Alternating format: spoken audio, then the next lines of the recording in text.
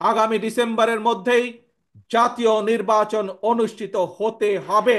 মনে হচ্ছে নির্বাচন কমিশন তারেক রহমানের শ্বশুর হয়, আর শ্বশুরের কাছে এটি হচ্ছে জামাইয়ের আবদার। কিন্তু জামাই হয়তো জানে না যে শ্বশুর ও মাইয়ে অনেক আগেই ত্যায্য করে দিচ্ছে। বুঝো না এই ব্যাপারটা।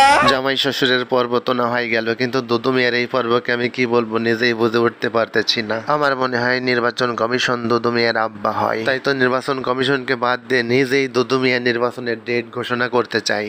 আপনি ডেট যদি না দিতে পারেন আমরা একটু অপেক্ষা করবো, তাহলে আমরা ডেট দিয়ে ফাইজলামির একটা সীমা আছে। গত 16 বছরে কিন্তু আপনারা একটি বালুর ট্রাক সরাতে পারেন না, আর আপনারা ঘোষণা করবেন নির্বাচনের ডেট। তুমি কিন্তু ওকে অপমান করছো। ওর মান সম্মান কি আছে যে আমি ওকে অপমান করব? ডিসেম্বরের মধ্যে নির্বাচন হতে হবে। চান্দি গরম হয়ে গেল, হিসাব মিলে না ভাই। আপনার হিসাব না মিললেও কিন্তু জামাতে ইসলামের নেতা কিন্তু তার হিসাব মিলে কড়া হুঁশিয়ারি দিয়েছে যে আমাদেরকে ভাগ ভাগ টুকরা টুকরা করে তোমরা আমাদের মাথায় আর কাঁঠাল ভেঙে খেতে পারবে না। গরিব হইতে পারি, কিন্তু ইমান বলে তার কথা আছে। অবশ্যই গরিবদের ইমান বরাবরই বেশিরভাগ ঠিক থাকে না, শুধু রাজনীতিবিদদের ইমান। তারা নির্বাচনের আগে বড় বড় কথা কয়, কিন্তু নির্বাচনের পরে নয় ছয় করে। এদিকে এবার মির্জা আব্বাস চাচা সেইতে গেছে ইউনুস চাচার উপরে। জাপানে বসে বলেছেন একমাত্র বিএনপি ডিসেম্বর নির্বাচন চায়। কথাতে পরিষ্কার কথা। ডক্টর ইউনূস সাহেব, আমরা খুব ভালো জানি ডিসেম্বর নির্বাচন না হলে এই বাংলাদেশের কখন নির্বাচন হবে না। পীড়িতের কথা।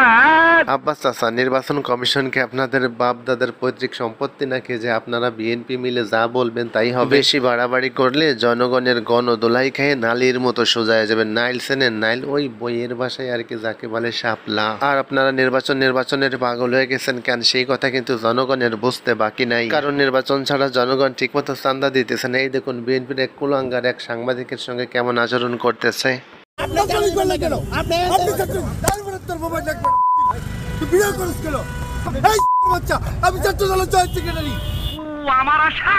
একজন জাতীয়তাবাদী দলের জয়েন্ট সেক্রেটারি যদি এইরকম আচরণ হয়, তাহলে সেই দলের নেতাকর্মীরা এই দেশকে কি দেবে? একটু ঠান্ডা মাথায় আপনারা চিন্তা করে ভাবুন তো। অবশ্যই এই দলের পর পাঁচবার দুর্নীতিতে বিশ্ব চ্যাম্পিয়নের রেকর্ড আছে। এবার যদি ভুল করে ক্ষমতায় চলে আসে, তাহলে পরপর 5 বার না 5 দুগুণে 10 বার দুর্নীতিতে চ্যাম্পিয়ন করার যথেষ্ট সম্ভাবনা রয়েছে। ঠিক কিনা বলে? আমি জাতীয় দলের জয়েন্ট সেক্রেটারি। আমার বাল ছেঁড়া।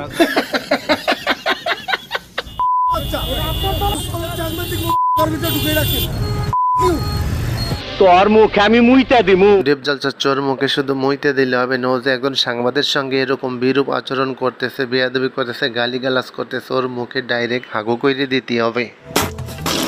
এদিকে আবার সাজে সালাম কিন্তু নির্বাচন নিয়ে তার বক্তব্য স্পষ্ট করে দিলেন। ডক্টর ইউনূস হচ্ছেন অন্তর্বর্তীকালীন সরকারের প্রধান উপদেষ্টা। এইটা আমরা জানতাম। বাংলাদেশের সক্রিয় রাজনৈতিক দল প্রায় 45টার মতো আছে রেজিস্ট্রেশন প্রাপ্ত। ও আচ্ছা আচ্ছা। তিনি তো একটা দলের কথা মতো একটা সরকার প্রধান হয়ে সিদ্ধান্ত নিতে পারেন না। একদম ঠিক কথা, একদম ঠিক। সম্মানিত ভিউয়ার্স, আসলে নির্বাচনটা কখন হওয়া উচিত আপনারা কিন্তু কমেন্ট বক্সে জানাতে পারেন। আর আপনারা কি ডিসেম্বরে নির্বাচন চান নাকি পরে নির্বাচন চান, অবশ্যই জানাবেন।